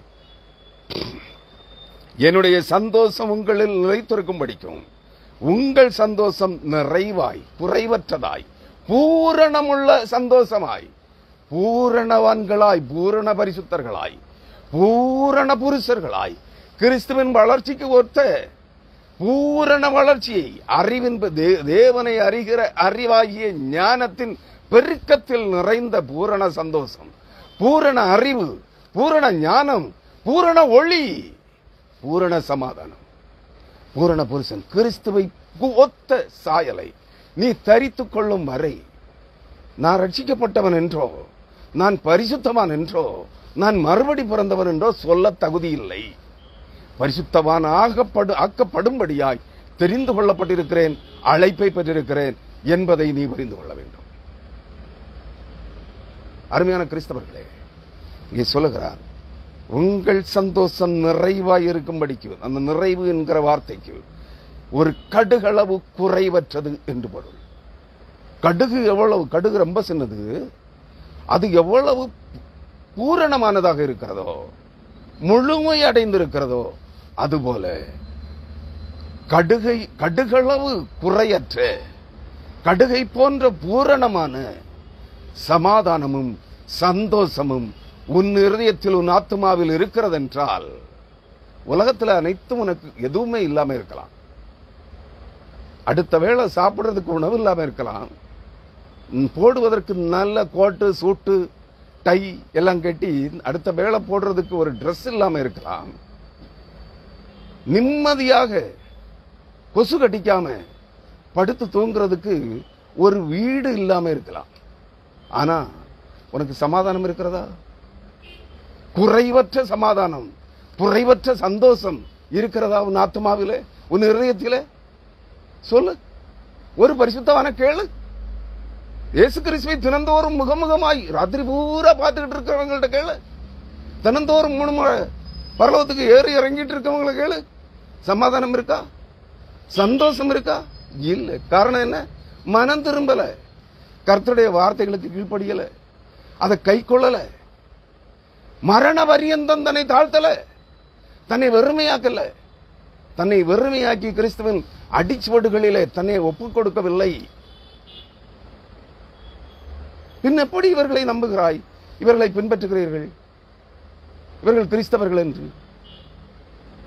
வேத வசனம் தான் நீங்கள் அறிந்த பாசையிலே, நீங்கள் அறிந்த மொழியிலே உங்கள் கைகளிலே எழுதி தரப்பட்டிருக்கிறதே. ஒவ்வொரு வசனமும் ஆவியாயும் ஜீவனாயும் இருக்கிறதே. நீ அதை படித்து திரும்ப திரும்ப படித்து உணர்ந்து, நீ எழுத படிக்க தெரிந்தவர்கள் தானே. படிப்பது அறிவு, அறுப்பது தாலியாக இருக்கிறதா? பேசுவது ஞானம், இறை ஞானம். அறுப்பது அடுத்தவன் பொண்டாட்டிக்க தாலி. அவன் கட்டின தாலி உன் களத்துல இருந்தா தானே நீ அவனுக்கு பொண்டாட்டி. நீ எங்கூட வந்து படு. இதுதான் கிறிஸ்தவமா? அடுத்தவன் பொண்டாட்டிய படுக்கைக்கு அழைக்கிறது தான் கிறிஸ்தவமா? அதுதான் பரிசுத்தமா? அடுத்தவன் பொண்டாட்டியோட கட்டி பிடிச்சு புத்தாட்டம் போடுறதுதான் பரிசுத்தமா? இதான் பரிசுத்த ஆவியை பெற்றுக் கொண்டதற்கான, மறுபடி பிறந்ததற்கான அடையாளமா? அருமையான கிறிஸ்தவர்களே, நன்றாக நிதானமாக சிந்தியுங்கள். அறிவுள்ளவர்கள் தானே, மூடர்கள் இல்லையே. வேத வசனங்கள் உங்களுக்கு தெரிந்த மொழியிலே, தெரிந்த பாஷையிலே, எழுத படிக்க தெரிந்த பாஷையிலே உங்கள் கைகளிலே எழுதி வைத்திருக்கிறாரே, எழுதி தந்திருக்கிறாரே. ஓசியா 3ஆம் அதிகாரம் அல்லது 5ஆம் அதிகாரத்திலே வேதத்தின் மகத்துவங்களை அவர்களுக்கு எழுதி கொடுத்தேன். அதை அந்நிய காரியமாய் எண்ணினார்கள், அற்ப காரியமாய் எண்ணினார்கள். 3ஆம் அதிகாரத்தில் சொல்லியிருக்கிறார், அல்லது 4ஆம் அதிகாரத்தில் சொல்லியிருக்கிறார். நீ என் வேதத்தை மறந்தாய், நீ என் சத்திய வசனங்களை மறந்தாய், நீ என் கட்டளைகளை மறந்தாய், நான் உன் பிள்ளைகளை மறப்பேன் என்று சொல்லியிருக்கிறார். ஏன் உனக்கு துக்கம்? ஏன் உனக்கு சமாதானம் இல்லை? ஏன் உனக்கு உன் வாழ்க்கையில் சமாதானம் இல்லை, நிம்மதி இல்லை, சந்தோஷம் இல்லை? ஏன்? நீ கர்த்தரை, நீ தேவனை அநியாயமுள்ள அநீதியான நியாயாதிபதியாக பார்க்கிறாய். தேவனை உன் சத்துருவாக பார்க்கிறாய், சாத்தானாக பார்க்கிறாய். ஆனால் சாத்தானையும் சாத்தானுடைய தூதர்களையும் நீ பரிசுத்தவான்களாக, தேவர்களாக பார்க்கிறாய். அதுதான் உன் வாழ்க்கையில் சமாதானம் இல்லை. நீ பெற்றுக்கொண்டிருக்கிற ஆவி சாத்தானுடைய ஆவிகள், விழுந்து போன தூதர்களின் ஆவிகள். நீ பேசுகிற பாசை விழுந்து போன தூதர்களின் பாசைகள், மரித்த மனிதர்களின் பாசைகள், அழிக்கப்பட்ட ஜலப்பிரளயத்தில் அழிக்கப்பட்ட மனிதர்களின் பாசைகள். மறந்து விடாதே. நீ கிறிஸ்துவில் அன்பு கூறுகிறாயா? நீ ரட்சிக்கப்பட்டிருக்கிறாயா? நீ பரிசுத்தாவியை பெற்றிருக்கிறாயா? நீ பரிசுத்தவான் ஆகியிருக்கிறாயா? உயிர் தொழுந்த இயேசு கிறிஸ்துவை சத்திய ஆவியானவராயிருக்கிற, ஆவியாயிருக்கிற கிறிஸ்துவை நீ முகமுகமாய் பார்க்கிறாயா?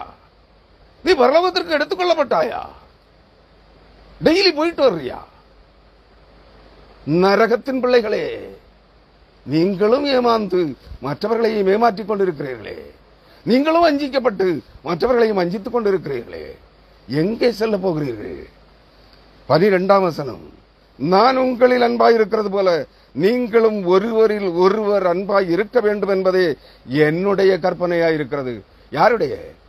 நீங்கள் ஆண்டவர் என்றும் தேவன் என்றும் கர்த்தர் என்றும் பரிசுத்த ஆவி என்றும் கொக்கரித்துக் கொண்டிருக்கிறீர்களே, அந்த ஆண்டவராகிய பிதாவும் குமாரனும் பரிசுத்த ஆவியுமாயிருக்கிற, தேவனும் ஆண்டவரும் இரட்சகரும் மீட்பருமாயிருக்கிற பரிசுத்த ஆவியாயிருக்கிற தேவன் இயேசு கிறிஸ்துவனுடைய வார்த்தைகளாயிருக்கிறது.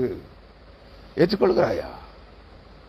அவர் சொல்லுகிறார், நீங்கள் ஒருவரில் ஒருவர் அன்பாக இருக்க வேண்டும் என்பதே என்னுடைய கற்பனையாயிருக்கிறது. அதான் ஆரம்பத்தில் சொன்னேன், ஒருவரில் ஒருவர் அன்பாயிருப்பது. இதுக்கு மேல ஒரு எக்ஸாம்பிள் சொல்ல முடியாது. கணவனும் மனைவி, ஈருடல் ஓர் உயிராயிருக்கிறவர்கள். ஒரு சின்ன குறைபாடு வந்தா நீ பொண்டாட்டியை விட்டுட்டு, கணவன் மனைவியை விட்டுட்டு அடுத்தவன் பொண்டாட்டியோட அல்லது விபச்சாரியோடு தொடர்பு வைக்கிறான். கணவனிடத்தில் ஒரு சின்ன குறை இருந்தால், உன்னால் திருப்திப்பட முடியவில்லை என்றால், கணவனை விட்டுவிட்டு நீ அயலகத்தானோடு, அந்நியனோடு, அந்நிய ஆடவர்களோடு தொடர்பில் இருக்கிறாய். அது போன்றதல்ல அன்பு. என்ன குறைகள் குற்றங்கள் இருந்தாலும் மனித உடலிலே இருக்கிற வரை குறைகள் குற்றங்கள் இருக்கும். கணவனுக்கும் இருக்கும், மனைவிக்கும் இருக்கும், பிள்ளைக்கும் இருக்கும், சகோதரனுக்கும் இருக்கும், சகோதரிக்கும் இருக்கும், எல்லா சக மனிதர்கள் அனைவருக்கும் இருக்கும். இந்த குறைகளை பொறுத்து கொண்டு ஒருவரில் ஒருவர் அன்பு கூர்ந்து, இயேசு கிறிஸ்து அதைத்தான் சொன்னார், உன் சத்துருவுக்கு பசியா இருந்தால் ஆகாரம் கொடு, அவன் வஸ்திரம் இல்லை. உன் சத்துரு, உன் பகைவன், உன்னை அழிக்க துணிந்தவன், தாகமாயிருந்தால் அவனுக்கு தண்ணீர் கொடு, அவனுக்கு பசியா இருந்தால் அவனுக்கு உணவு கொடு, அவன் வஸ்திரம் இல்லாதிருந்தால் அவனுக்கு வஸ்திரம் கொடு, உன்னை ஒரு கன்னத்தில் அறைந்தால் உன் மறுகன்னத்தையும் அவனுக்கு காட்டு. இதாங்க அன்பு. இந்த அன்பு இல்லை. ஆனா இந்த மனிதர்கள் இன்று பக்தி வேடம் போடுகிற அநேகர் அவர்கள் வஸ்திரம் இல்லாத போது உடுக்க உடையில்லை, உண்ண உணவில்லை, பெற்று வளர்த்தவர்கள் துரத்திவிட்டார்கள், ஆதரிக்க யாரும் இல்லை. அப்படிப்பட்டவர்களை சேர்த்து சொந்த பிள்ளைகளுக்கு போல வளர்த்து சொத்து பணம் வீடு எல்லாம் கொடுத்து படிக்க வச்சு பெரிய ஆளாக்குனா அவன் வளர்ந்து கோடீஸ்வரன் ஆனவண்ண, லட்சாதிபதி பெரிய பணக்கார ஆனவண்ண, ஆதரிப்பு உணவு உடை தங்குமிடம் இல்லாமல் அலைந்த அந்த நாட்களை மறந்து தன்னை ஆதரித்தானே, தான் வளர்த்த பிள்ளைகளை கூட படிக்க வைக்காம அந்த நாய்களை படிக்க வைத்து ஆசிரியர்களாக உயர்ந்த கல்விமான்களாக மாற்றினான். அவன் சந்ததியை அழிக்க துணிகரம் கொள்ளுகிற போலி கிறிஸ்தவ கூட்டமாய் இன்றைய கிறிஸ்தவம் இருக்கிறது. தெரியுமா உங்களுக்கு? நீங்கள் சொல்லுகிற கிறிஸ்தவம் அல்ல, வேதம் சொல்லுகிற கிறிஸ்தவத்தை நீங்கள் சந்திக்க வேண்டும். கிறிஸ்துவுக்குள் அருமையானவர்களே, ஆண்டவர் சொல்லுகிறார், நீங்கள் ஒருவரில் ஒருவர் அன்பாய் இருக்க வேண்டும் என்பதே என்னுடைய கற்பனையாய் இருக்கிறது.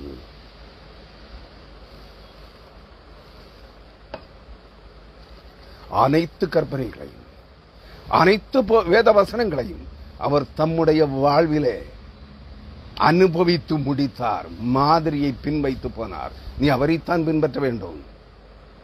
உலகத்தில் எந்த ஆவியையும் எந்த மனிதனையும் அல்ல. உலகத்தில் எந்த பரிசுத்தவானும் இல்லை, ஒரு பரிசுத்தவானும் இல்லை. தங்களை பரிசுத்தவான்கள் என்று சொல்லிக் கொள்ளுகிறவர்கள் அனைவரும் பொய்யனும் பொய்க்கு பிதாவுமாயிருக்கிறவனுடைய பிள்ளைகள். அவனை தட்டி கேட்டா காட்டு மிருகமாகி ஆதி முதல் மனுஷ கொலைபாதகனாய் இருக்கிற காட்டு மிருகமாகிய வலுசர்ப்பத்தின் பிள்ளையாக மாறுகிறான். அவன் யாரையும் கொல்ல வர மாட்டான், பணம் கொடுத்து கூலிப்படைய அனுப்புவான்.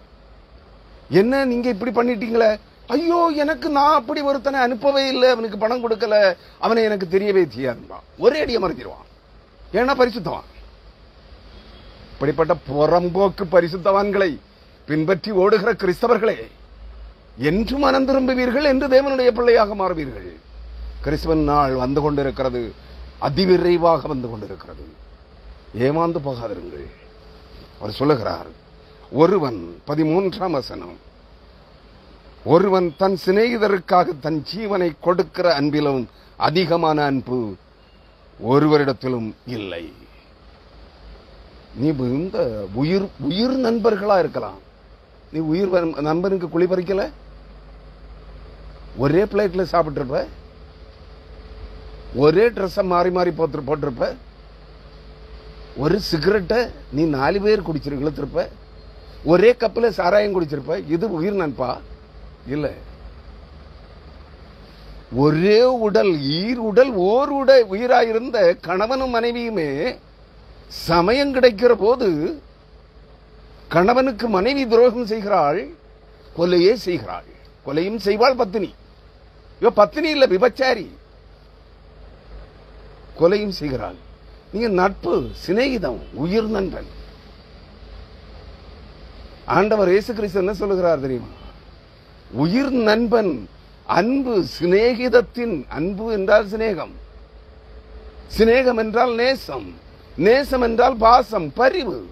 இதெல்லாம் பகட்டு அன்பு, பகட்டு பாசம், பகட்டு பரிவு. வேஷம் எதையோ சாதித்துக் கொள்வதற்காக, எதையோ பெற்றுக் கொள்வதற்காக. வெளிவேட அன்பல்ல. உன் நண்பன், உன் சகோதரன் மரணத்தில் சிக்கொண்டிருந்தால் அவனை காப்பாற்ற போறவனும் ஒருவேளை செத்து போக வாய்ப்பு இருக்கு.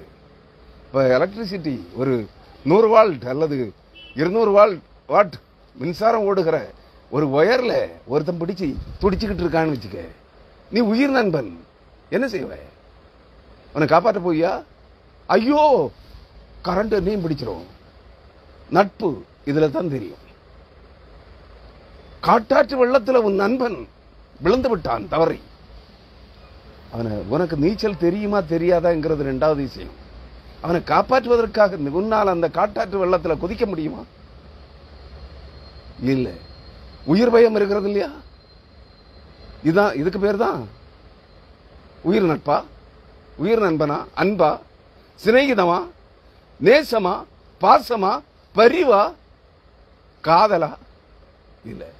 எல்லாம் இதுல தான் போய் முடியுது. எங்க போய் எல்லா அன்பும் பாசமும் பரிவும் எல்லா காதலும் எங்க போய் முடியுது? உடல் இன்பத்தில் போய் முடிகிறது. பிற உயிரை உன்னை போல் நேசிக்க முடியவில்லை. காப்பாற்ற முடியலன்னா அவனோட நானும் அழிஞ்சு போறேன்னு, செத்து போறேன் அப்படிங்கிற எண்ணம் உனக்கு வரல. இயேசு கிறிஸ்து என்ன சொல்லுகிறார்? என் உடல் சுகத்திற்கு என் கணவன் தடையாக இருந்தால் அவனை கொல்லவும் நான் தயங்க மாட்டேன். என் உடல் சுகத்திற்கு என் மனைவி தடையாக இருந்தால் அவளை கொலை செய்யவும் நான் தயங்க மாட்டேன். இதுதான் கணவன் மனைவிக்குள்ள உறவா? உடனிருந்து குளிபறிப்பது தான் உடன் நட்புக்கு அழகா? உண்டு சாப்பிட்டு இருக்கும் போதே குரல் வளைய அறுப்பது தான் நட்புக்கு சிநேகிதத்துக்கு அழகா? அவர் என்ன சொல்லுகிறார் தெரியுமா? உடனிருந்து கூட்டி கொடுத்து காணிக்கைக்கு, அதாவது யூதாசை போல் உடனிருந்து உண்டு உறங்கி பழகி பணப்பையை சுமந்து எல்லாவற்றிற்கும் தகுதியானவரை போல நடித்து 30 வெள்ளி காசுக்காக இயேசு கிறிஸ்துவை காட்டி கொடுத்தானே, முத்தமிட்டு கூட்டி கொடுத்தானே, இதுதான் சிநேகிதமா? இதற்கு பெயர் தான் நட்பா? இன்றைய நட்பு எச்சரிக்கை உணர்வுடன் வந்து கொள்ளுங்கள். நீ ரட்சிக்கப்பட வேண்டுமானால் உன் சிநேகிதனுக்காக உன் ஜீவனையும் கொடுக்கிற அன்பிலும் பெரிய அன்பு வேறொன்றுமில்லை. அதைத்தான் சொல்லுகிறார். ஒருவன் தன் சிநேகிதருக்காக தன் ஜீவனை கொடுக்கிற அன்பிலும் அதிகமான அன்பு ஒருவரிடத்திலும் இல்லை. அதை செய்தவர் ஒருவரே, ஒருவரிடத்திலும் இல்லை. அவரே சொல்லிட்டார், ஒருவரிடத்திலும் இல்லை. உங்களை நான் நாளைக்குள்ள அடுத்த சிந்தனை, தங்கள் சிநேகிதருக்காக, தன் பிள்ளைகளுக்காக, தான் பெற்ற பிள்ளைகளும் அல்ல, தான் படைத்த பிள்ளைகள். ஒரு மனிதனை படைத்தார். அந்த மனிதனுடைய இரத்தத்திலிருந்து இந்த பூமியில் இருக்கிற அனைத்து ஜனக்கூட்டமும் பிறந்திருக்கிறது. ஒரு மனிதனை தான் படைத்தார்.